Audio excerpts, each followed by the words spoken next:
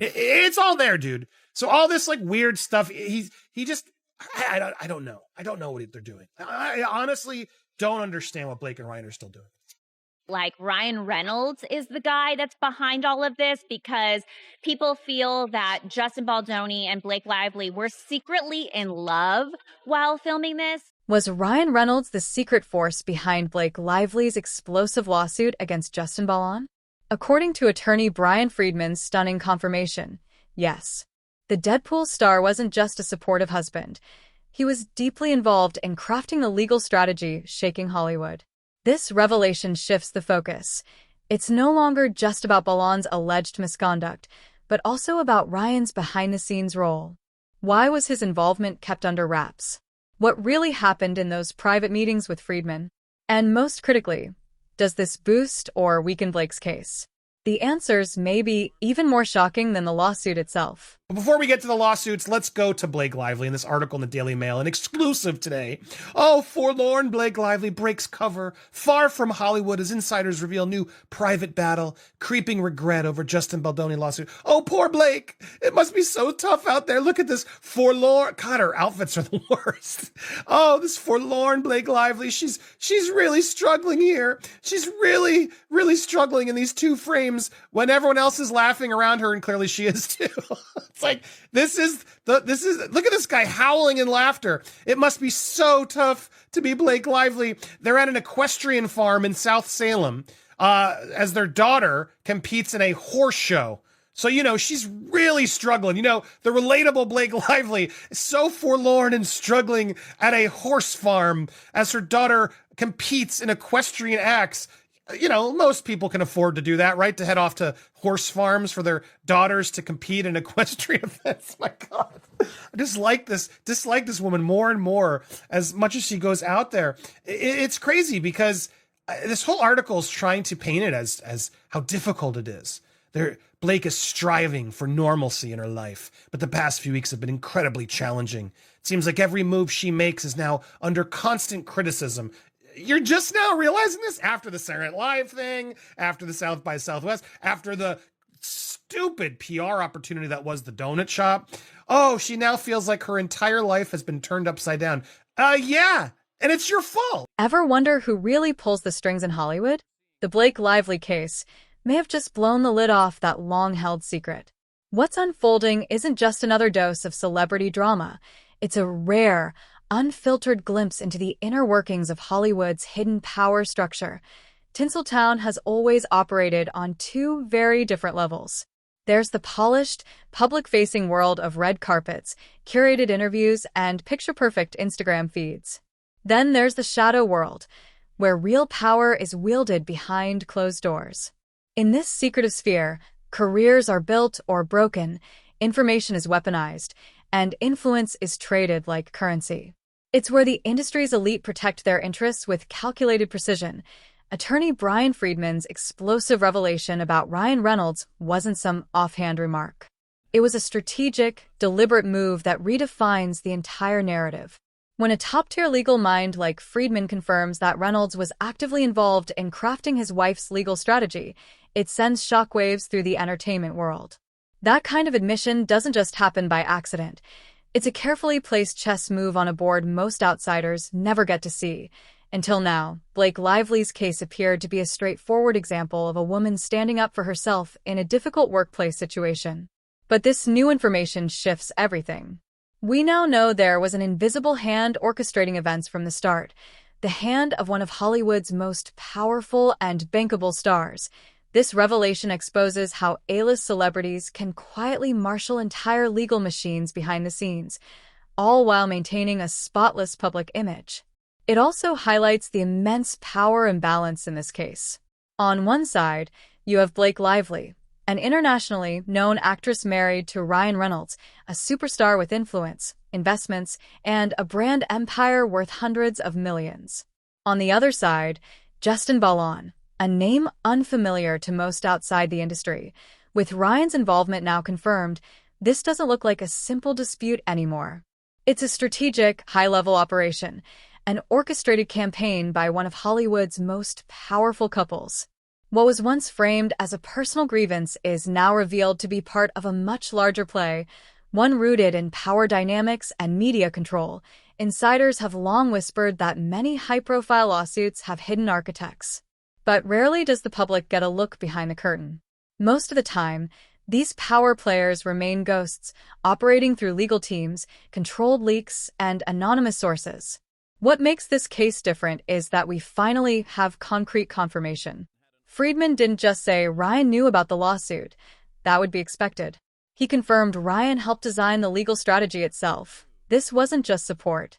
It was a calculated move to control the narrative from the very beginning. Yes, and look, this has been like an ongoing theory that like Ryan Reynolds is the guy that's behind all of this because people feel that Justin Baldoni and Blake Lively were secretly in love while filming this. And if you listen to some of like the voice text that he sent her, it seems like a very, like they had originally like a very intimate conversation and like, you know, just their conversations were just very him speaking like at 2 a.m. love-like. Or that's just his voice at 2 a.m. Right. Yes, but fans are really reading into this and they're like, you know, Ryan is so jealous of this relationship. He's trying to torpedo this. And look, at the end of the day, the scenes do kind of look alike. You know, the interaction, the camera angles, the dancing, but it's just another scene in any other movie that we've seen. I didn't think they had any chemistry either. It's two main characters who are getting to know each other and they are dancing. Right. That's They're the actors, similarity right. in the two scenes. And we heard them, we heard the conversation, Charles, like you said, and it didn't come off as romantic at all to me. I mean, he referenced his wife, right? He was referencing his wife. Now, she says that this particular scene is when one of the times she felt sexually harassed because he was making comments about her perfume, was sort of nuzzling into her, none of which she said was scripted, and so she felt like this was sexual harassment. Bryan Freedman didn't just casually drop the Ryan Reynolds bombshell. He did it with surgical precision, at a moment when Blake Lively's case was starting to falter in the court of public opinion. Top-tier Hollywood attorneys don't make costly mistakes. When they reveal something, it's because they want it revealed. The real question is, what are they trying to get ahead of? Freedman isn't just another lawyer on speed dial. He's the go-to fixer when celebrities find themselves in the middle of high-stakes meltdowns. His client list includes names like Megyn Kelly, Kevin Spacey, and Chris Harrison, people who've faced career-defining crises. With rates north of $500 an hour, Freedman isn't just hired to win cases. He's hired to control narratives. When he confirmed Ryan Reynolds' direct involvement in Blake's legal strategy, it wasn't a mistake. It was a strategic countermove, and insiders instantly recognized it as such. The timing was no coincidence. Just as social media was beginning to question inconsistencies in Blake's story, and the hashtag Team Justin was gaining traction, Freedman went public, adding fuel to the fire.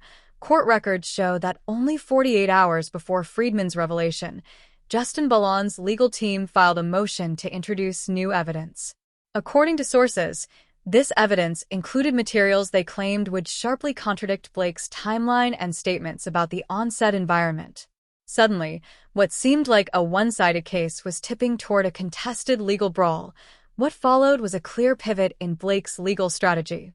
Where her team had initially emphasized a solitary figure standing up to inappropriate behavior, the narrative suddenly shifted. Now, it wasn't just Blake, it was Blake and Ryan, a united front. And not just emotionally united. Legally, strategically, tactically aligned. This wasn't about comfort or support anymore. It was about power. By preemptively confirming Ryan's involvement, Freedman's team effectively stole the thunder from what could have been a damaging leak. Sources close to the production confirmed that Justin's lawyers were preparing to release text messages among crew members, detailing Ryan's unusually hands-on role during filming, especially during intimate scenes. Industry whispers suggest those messages painted a picture of Ryan directing from the sidelines, constantly texting Blake and even intervening in creative decisions. Even more telling were the messages between Blake and Ryan that Freedman voluntarily referenced in court. Portions of those texts, included in filings, reveal that the couple had been discussing legal strategy months before the suit was filed. One exchange explicitly mentions building a case and documenting everything, indicating this was not a reactive move. It was premeditated, and it may not stop there. Rumors are swirling that Justin's team has obtained emails between Ryan Reynolds and the film's producers, showing tension over marketing decisions. Tensions that surfaced just as Blake's complaints began. This timeline curiously overlaps with Ryan's business negotiations involving Aviation Gin, potentially clashing with the studio's corporate ties. All signs suggest that Freedman's statement wasn't the bombshell, it was the warning shot. The real explosion may still be coming. But it's also just hard to read. It really makes me dislike him more and more, just how aggressively he's trying to paint this out. And I want to go through a couple examples, thanks to Kim, who also pulled this out. Some of it just makes no damn sense. The FAC fails to adequately identify defamatory statements. Parties confirm that FAC identifies only 2 predator statements as their basis, while concluding these allegations are sufficiently specific to identify the statements. They exclusively rely on the supplements allegations embodied in their Exhibit A in support of this proposition, but Exhibit A is not part of the FAC, and whether struck or not cannot be properly considered in assessing the sufficiency of the Wayfarer party's defamation claims. The fact does not sufficiently identify what Reynolds said, when he said it, or whom he said it to, which is fatal to that complaint. So he's trying to do this weird, stupid semantics thing, when in reality, it was there, dude. Did you even read the complaint? It's right here. Reynolds approached Baldoni's agency, namely Executive W. Me, and expressed his deep disdain for Baldoni, suggesting his agency was working with an actual predator.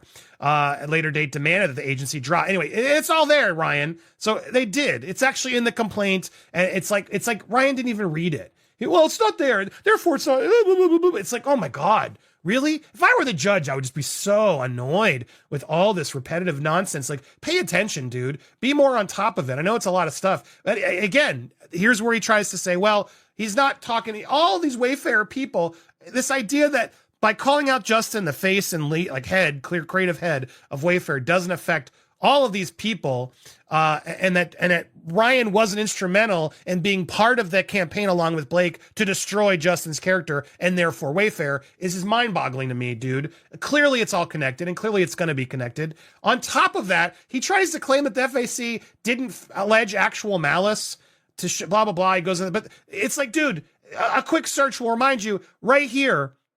It says it, upon information and belief, the Lively parties was aware that the others planned to commit the tort of extortion against the Wayfarer parties, and that each of the Lively parties agreed with one another and intended that wrongful acts pleaded herein committed. Accordingly, each of the Lively parties is equal liability to the Wayfarer parties for the tort of extortion by reason of their conspiracy to commit the tort. It's all there, dude. So all this weird stuff, he just, I don't know. I don't know what they're doing. I honestly don't understand what Blake and Ryan are still doing. Those earlier reports about marketing disagreements and timing, they were just the tip of the iceberg. The truth about Ryan Reynolds' involvement in Blake Lively's lawsuit goes much deeper, and what's now coming to light is sending shockwaves through Hollywood.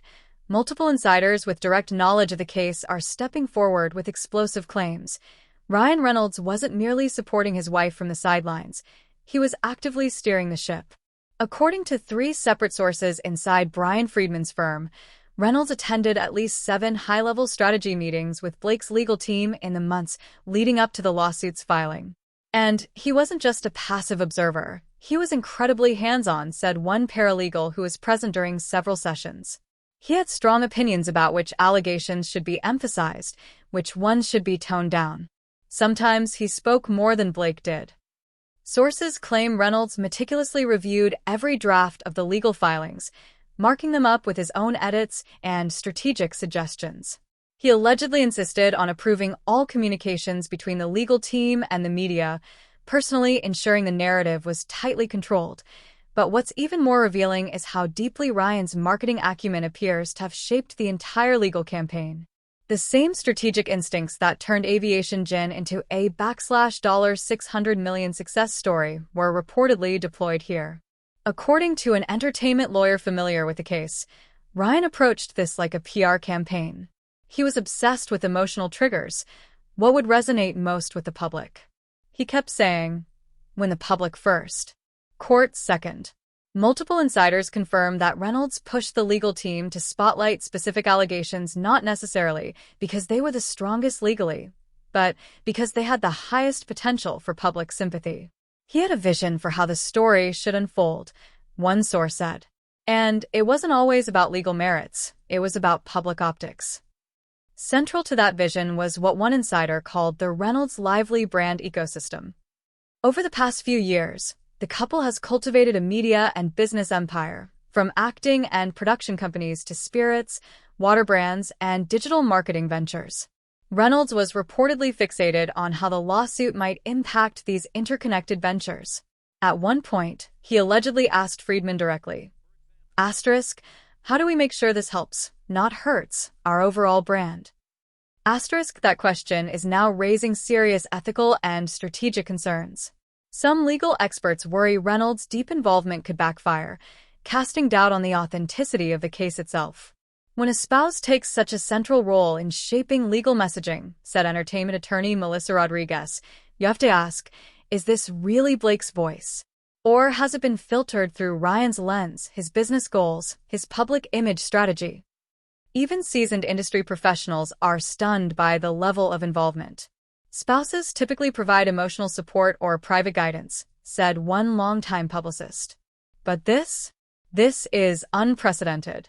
Ryan's essentially co-piloting a legal campaign, and he's doing it while maintaining his role as one of Hollywood's most powerful figures. I've never seen anything like it, and neither has Hollywood. One example, despite the FAC's preposterous $400 million damages claim, the opposition concedes that the FAC is in fact alleges no actual monetary harm whatsoever, instead relying exclusively on defamation per se theory that even if it were valid, which it's not, fails to allege cognizable damages for any of the FAC's other claims. In addition, the opposition concedes the FAC does not allege proximate causation, another fatal omission. The opposition reveals something much worse than the FAC's failure to state valid claims against Mr. Reynolds. Stunningly, it confirms that only 3 of the Wayfair parties, Mr. Baldoni, Mr. Heath, Wayfair, have articulated any legal claim against Mr. Reynolds at all. As detailed further below, the sole alleged defamatory statements concern only Mr. Baldoni. The other only alleged conduct as to extortion was directed at most Wayfair studios, Mr. Baldoni and Mr. Heath. And the only parties even arguably in contractual relationship with WME were Wayfair and Baldoni. But disregarding that rule, obligations, every Wayfair party asserted each claim against Mr. Reynolds, meaning that every Wayfair party, other than Mr. Baldoni, brought a federal lawsuit alleging at least one cause of action that they know they had no legal basis to assert. None of Mr. Sarowitz, Miss Nathan, Miss Abel, It Ends With Us, Manage or Tag has a single cause of action against Mr. Reynolds that they even arguably possess. All those claims should be dismissed, and Mr. Reynolds should be awarded his attorney's fees and costs. Ryan Reynolds' unprecedented involvement in Blake Lively's lawsuit may end up being the very thing that brings her entire case crashing down. Justin Ballon's legal team has just gotten their hands on what could be the courtroom equivalent of a winning lottery ticket, and they're ready to cash in for Ballon, who's been battling uphill from the start. The timing couldn't be better. According to entertainment attorney Caroline Miller, the legal implications are enormous. The confirmation that Ryan Reynolds was actively shaping legal strategy introduces a vulnerability that Justin's team can now exploit. It opens a door that's rarely available in high-profile cases like this. Justin's lawyers have wasted no time. They've filed an emergency motion demanding access to all communications between Ryan and Blake related to the lawsuit: text messages, emails, voice memos, everything. And thanks to Bryan Freedman's public acknowledgement of Ryan's role, legal experts say the court is likely to grant the request. Legal analyst Thomas Weinstein explains Justin's team now has a compelling new angle. The narrative shifts from actress stands up to misconduct to Hollywood power couple orchestrates a legal attack against a lesser-known actor who may have posed a threat to their brand. That reframing could change how a jury sees everything. The most potentially damaging element? The content of those private conversations. Court documents reveal Justin's team is zeroing in on 3 specific dates, each of which coincides with major announcements from companies tied to Ryan's business ventures. If they can connect the escalation of Blake's allegations to moments when Justin may have disrupted Ryan's financial interests, it could be devastating. If causation between business threats and the timing of accusations is established. Says veteran attorney Patricia Donovan, it's not just a credibility issue. it could amount to case collapse. Ballon's team has also subpoenaed 5 witnesses from the film set who allegedly saw Blake receiving real-time guidance via text during key scenes. These crew members claim she often stepped off set to check her phone, then returned to deliver markedly different performances, suggesting outside coaching, possibly from Ryan himself. Even more concerning for Blake's legal team is a request for access to early drafts of her official complaint. ***, they're looking for fingerprints. ***, says Miller. If they can show significant edits that align with Ryan's business agenda rather than Blake's genuine experiences, they'll argue the case was more strategic than sincere. Financially, the stakes are escalating. Sources close to Justin confirm his lawyers are preparing a countersuit, alleging malicious prosecution and intentional interference with prospective economic advantage, claims that could reach into 8-figure territory. What was meant to be a show of strength, combining Blake's story with Ryan's influence, may have backfired in spectacular fashion. As crisis PR expert Rachel Torres puts it, once you bring Hollywood star power into a legal fight, you're signaling that this is a coordinated effort. And that opens the door for the other side to claim intimidation, manipulation, and brand-driven motives. Here's what he's trying to say at the end there, and we're going to get into an example that's he's trying to claim, well, my comment was to Justin, if we're going to hear that, and that doesn't affect everybody else. As if calling Justin an actual predator doesn't affect all of Wayfarer.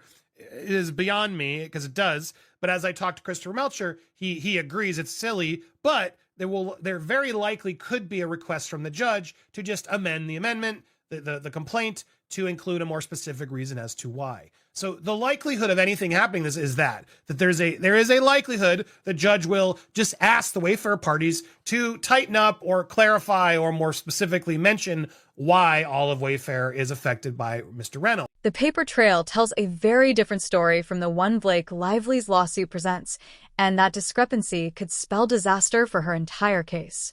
While her legal filing paints her as a solitary victim courageously standing up against inappropriate behavior, newly surfaced evidence shows Ryan Reynolds' fingerprints all over the process. The real question now isn't just whether Justin Ballon crossed a line, it's whether Blake and Ryan engineered a narrative that may collapse under scrutiny. Take Blake's sworn testimony, for instance.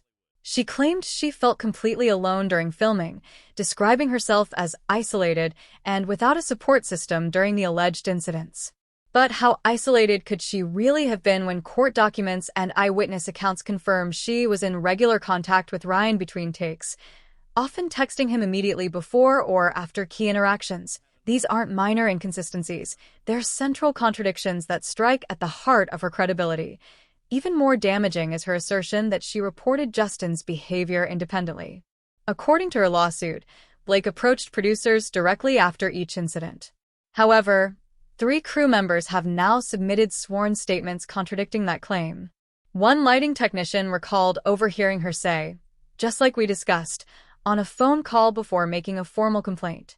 Another described her stepping away multiple times to make calls immediately before taking issues to production, calls now believed to have been with Ryan. The lawsuit also portrays Blake as reluctant to take legal action, claiming she pursued every informal route before escalating. But that narrative falls apart under the weight of the very text messages attorney Bryan Freedman inadvertently disclosed. In one particularly telling exchange, sent months before any supposed informal efforts, Blake wrote to Ryan, "If we document everything now, we'll have what we need later." That's not the language of someone hoping to resolve things quietly. That's strategic positioning. Then there's the timing. Blake's most serious allegations line up suspiciously with business announcements from Justin's company, announcements that directly affected Ryan's ventures. Each of her 3 most damning claims came within 48 hours of Justin partnering with brands that compete with Ryan's. That correlation is now a focal point of the defense, and while Blake's lawsuit emphasizes her professional autonomy, more evidence is emerging that suggests otherwise. One producer described Ryan as an invisible creative director, saying Blake's on-set decisions, everything from line delivery to shot composition, would often change immediately after she checked her phone. Perhaps most telling of all is the question of who actually initiated the lawsuit. Blake claimed it was her decision alone, yet court records show the initial meeting with Freedman's legal team included both Blake and Ryan. Even more glaring, the retainer agreement was signed not by Blake, but by Ryan's business manager. Her team's explanation, that it was merely a matter of convenience, is being met with raised eyebrows in the legal community. These inconsistencies create a serious credibility issue, says entertainment attorney Michael Sanchez. If Blake misrepresented her independence or downplayed Ryan's influence, it opens the door to broader questions about her honesty and possibly even perjury or court sanctions. One example, despite the FAC's preposterous $400 million damages claim, the opposition concedes that the FAC is in fact alleges no actual monetary harm whatsoever, instead relying exclusively on defamation per se theory that even if it were valid, which it's not, fails to allege cognizable damages for any of the FAC's other claims. In addition, the opposition concedes the FAC does not allege proximate causation, another fatal omission. The opposition reveals something much worse than the FAC's failure to state valid claims against Mr. Reynolds. Stunningly, it confirms that only 3 of the Wayfair parties, Mr. Baldoni, Mr. Heath, Wayfair, have articulated any legal claim against Mr. Reynolds at all. As detailed further below, the sole alleged defamatory statements concern only Mr. Baldoni. The other only alleged conduct as to extortion was directed at most Wayfair studios, Mr. Baldoni and Mr. Heath. And the only parties even arguably in contractual relationship with WME were Wayfair and Baldoni. But disregarding that rule of obligations, every Wayfair party asserted each claim against Mr. Reynolds, meaning that every Wayfair party, other than Mr. Baldoni, brought a federal lawsuit alleging at least one cause of action that they know they had no legal basis to assert. None of Mr. Sarowitz, Ms. Nathan, Ms. Abel, It Ends With Us, Manage, or TAG has a single cause of action against Mr. Reynolds that they even arguably possess. All those claims should be dismissed, and Mr. Reynolds should be awarded his attorney's fees and costs. Just as their credibility teeters on the edge, Blake Lively and Ryan Reynolds are making a bold and telling pivot that is Hollywood insiders buzzing. Rather than digging in on their original narrative, they're now openly embracing Ryan's involvement in Blake's lawsuit. But don't mistake this for a sudden wave of honesty. This is a calculated, high-stakes maneuver from a couple who understand one fundamental rule in Hollywood: control the narrative, and you control the fallout. For years, Blake and Ryan have built their brand as Hollywood's most relatable power couple, charming, self-aware, and effortlessly funny. They've made a career of being both glamorous and grounded, cracking jokes on social media, playfully roasting each other in interviews, and presenting an image of authenticity that audiences find disarmingly real. That's why this latest move feels so significant. What we're witnessing is textbook crisis management, but with a personal branding twist, explains celebrity brand strategist Talia Morgan. They're sacrificing a piece of their well-maintained image to protect something far more valuable: the long game. By now openly acknowledging Ryan's deep involvement, they're signaling that whatever is buried in those unreleased text messages and emails is more damaging than the revelation itself. And the timing is no accident. Sources close to the couple say they've been holding emergency strategy sessions ever since Justin Ballon's legal team filed a motion requesting full access to all case-related communications between Blake and Ryan. They know exactly what's in those messages. A source with knowledge of the couple's inner circle confirms. This move is about getting ahead of the fallout before it explodes. What's particularly striking is how they revealed it. There was no joint statement. No polished Instagram post or emotionally charged video. Instead, their high-powered attorney Bryan Freedman casually confirmed Ryan's involvement during a press interaction, as if it had never been a secret to begin with. It was subtle, almost throwaway, but incredibly effective. This tactic lets them normalize Ryan's role without ever having to answer for why it was hidden in the first place, says veteran publicist Vanessa Chun. In PR warfare, the side that frames the story first almost always wins. By shifting the narrative now, they're trying to preemptively deflate the shock value of any leaked communications. It marks a complete reversal from their initial positioning, where Blake stood alone as a victim confronting workplace misconduct. Now, the story has evolved into a portrait of a united couple taking a stand together, turning personal adversity into a public mission. As industry analyst Dexter Williams puts it, they're gambling that people will forgive the deception if they reposition themselves as advocates for broader industry reform.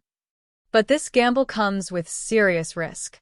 The moment you revise your story, you open the door to scrutiny over everything else you've claimed, warns media strategist Jennifer Lawcatch. If they were untruthful about Ryan's involvement, what else have they misrepresented? Despite the risk, the couple is already shoring up support. In the past 24 hours, 3 A-list actresses have posted cryptic messages of solidarity with Blake, while behind the scenes, publicists are working overtime to secure favorable media coverage. The machinery is moving, and fast. What started as a workplace dispute has now become a window into the hidden architecture of celebrity power. We're no longer just watching a legal battle unfold. We're witnessing the unraveling of how influence, image, and control intersect in the upper echelons of Hollywood. Whether Blake or Justin wins in court, one thing is clear. The public has been given a rare look behind the curtain of how the entertainment industry really works, and it's not nearly as glamorous as it seems.